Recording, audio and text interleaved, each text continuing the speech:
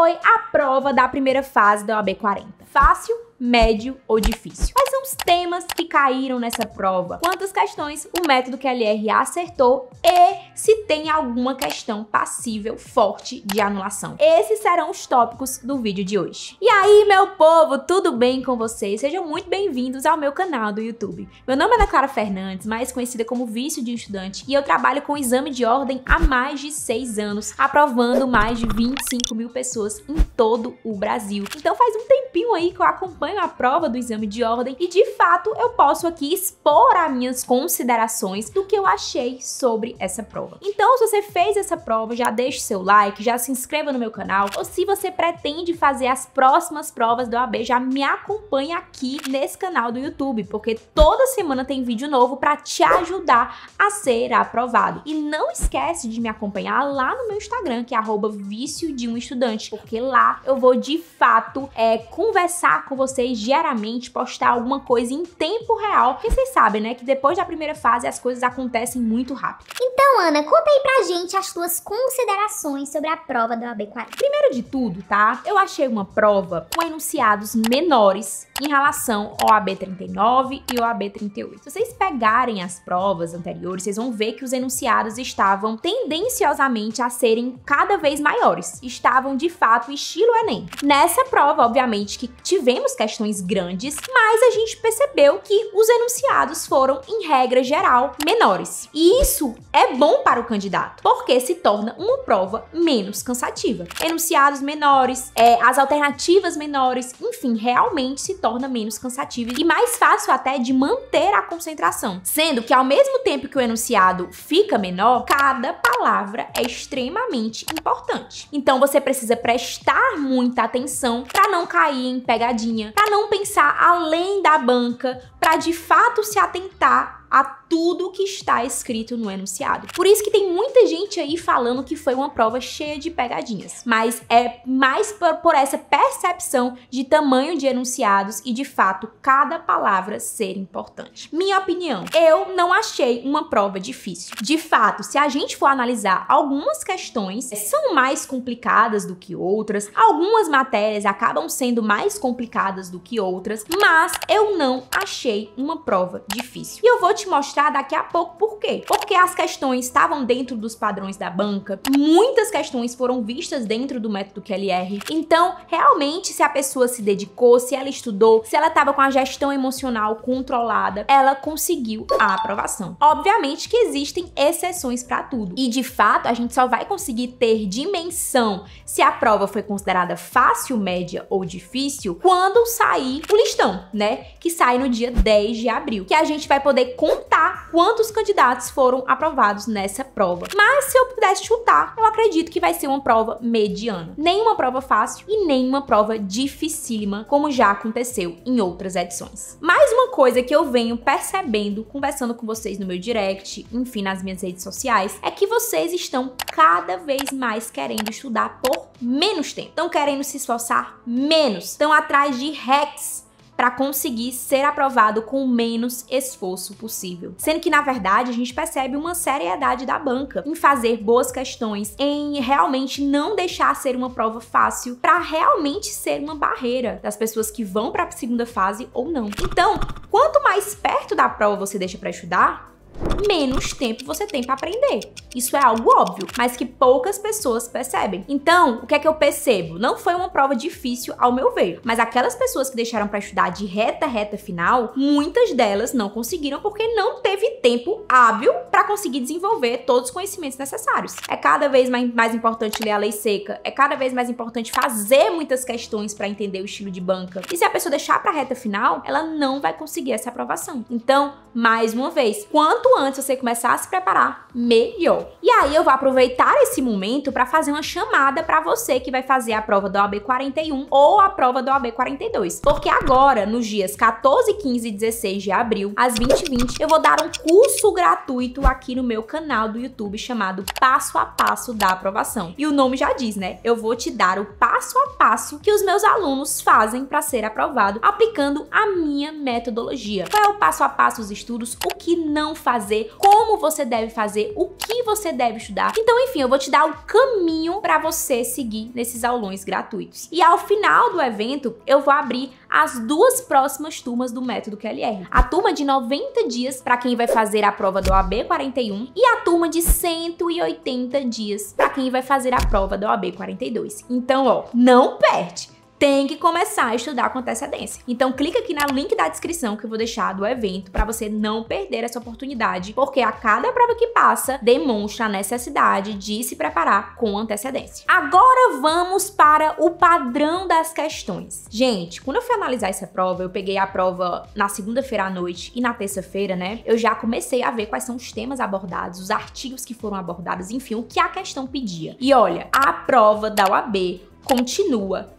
dentro dos padrões da banca. Continua com os mesmos temas caindo, as mesmas questões caindo. Ética, eu não preciso nem falar, gente. Ética cai as mesmas questões a várias provas. A questão da gestante já caiu em inúmeras provas. A questão de prisão em flagrante, que já caiu em várias provas. Então a OAB continua em todas as matérias cobrando os mesmos temas. Então ainda existe um padrão. E é por isso que você não deve perder tempo estudando aquilo que quase não cai. Ai, Ana, mas caiu uma questão diferente. Mas não é a regra. Se cair uma questão diferente, é uma questão. Não é ela que vai fazer você ser reprovado, porque a prova tem 80 questões e não 40. Então, de fato, a gente precisa filtrar, porque apesar de você começar a estudar com antecedência, o tempo é curto. Então, existem temas que não merecem o teu esforço. E é isso que eu vou te dar nos aulões e também, obviamente, dentro do Método QLR. Então, o padrão continua. E eu vou te mostrar agora exatamente os temas que foram cobrados das principais disciplinas. Vamos lá, ética, publicidade profissional,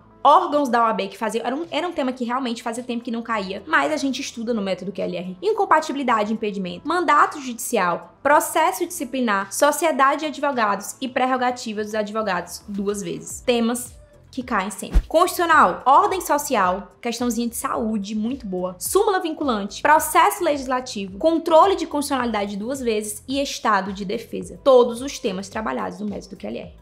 Administrativo, processo administrativo disciplinar, licitações, modalidades. Caiu 2 questõezinhas de agentes públicos, que é um tema muito importante para a prova de primeira fase, e a lei anticorrupção, que inclusive foi cobrado num dos simulados dos meus alunos do Método QLR. Tributário, capacidade tributária, juntamente com o ITR, responsabilidade tributária junto com o ITBI, imunidades tributárias, capacidade tributária e competência tributária envolvendo imposto extraordinário de guerra. Então, ó, temas também que caem sempre.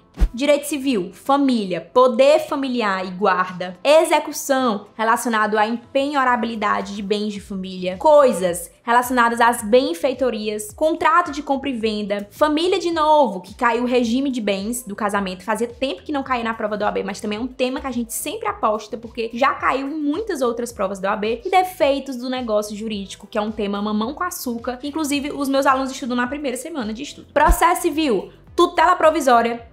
É um tema maravilhoso que todo mundo aposta e a gente adora quando cai, porque é mamão com açúcar. Procedimento comum, contestação, cai sempre. Recursos em espécie, caiu 2 questões de recurso em processo civil. E execução extrajudicial, também é um tema que sempre cai. Direito penal, legislação especial, que teve a ver com a Lei Maria da Penha, crimes contra a administração pública, lesão corporal, com causas, fato típico e crimes contra o patrimônio, também nada atípico. Processo penal, provas, juntamente com interceptação telefônica, recursos, procedimento do júri, penas, medidas de segurança. Eu digo que a prova tá cada vez mais misturando penal e processo penal. Tem questão de processo penal que eu acho que é de penal e questão de penal que eu acho que é de processo penal. Mas tudo bem, tudo tá na mesma conta, dá tudo certo. Então caiu penas, medidas de segurança, ação penal e prisão relacionada à lei de drogas. Direito do trabalho, caiu extinção do contrato de trabalho mais FGTS, prescrição, terceirização, que a gente estuda em contrato de trabalho, e direito coletivo do trabalho e teletrabalho, que é um tema que a gente sempre aposta porque caiu muito e continua caindo de novo. Processo de trabalho,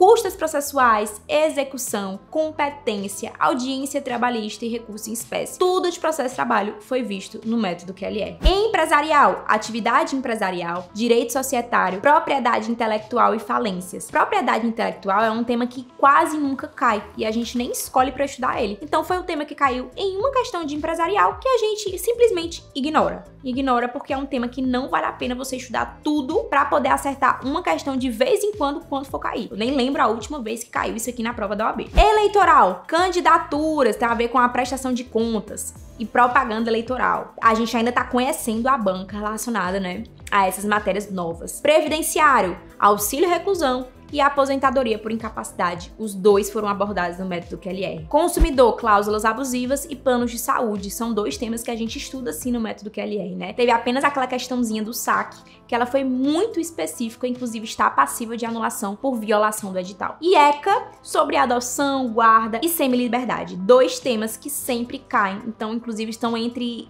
temas de alta incidência. Então, resumindo o babado para vocês. Das 80 questões, 66 estavam dentro do método QLR. Os alunos que fizeram o cronograma de 180 dias, de 90 dias, conseguiram passar por 66 questões da prova. Muito mais do que você precisa para ser aprovado. Então eu fico muito feliz, gente, porque é um trabalho complicado, é um trabalho que exige muito de mim, da minha equipe. A gente tem que estudar a banca FGV, o que cai em concurso, o que é que tá caindo no ano de 2024, o que caiu no ano de 2023, porque tudo pode se tornar tendência para a prova da OAB. Então é um trabalho complicado, mas eu fico extremamente feliz quando eu faço essas contas e vejo um negócio desse. Uma coisa linda de se ver, né? E de fato ter entregado um material eficiente para os meus alunos. Isso me deixa extremamente feliz. É por isso que você não pode perder o evento, né? Nos dias 14, 15 e 16 de abril às 20h20, que eu vou explicar tudo e como você faz também para se tornar um próximo aluno do método QLR. E agora a pergunta que não quer calar. Ana, vai ter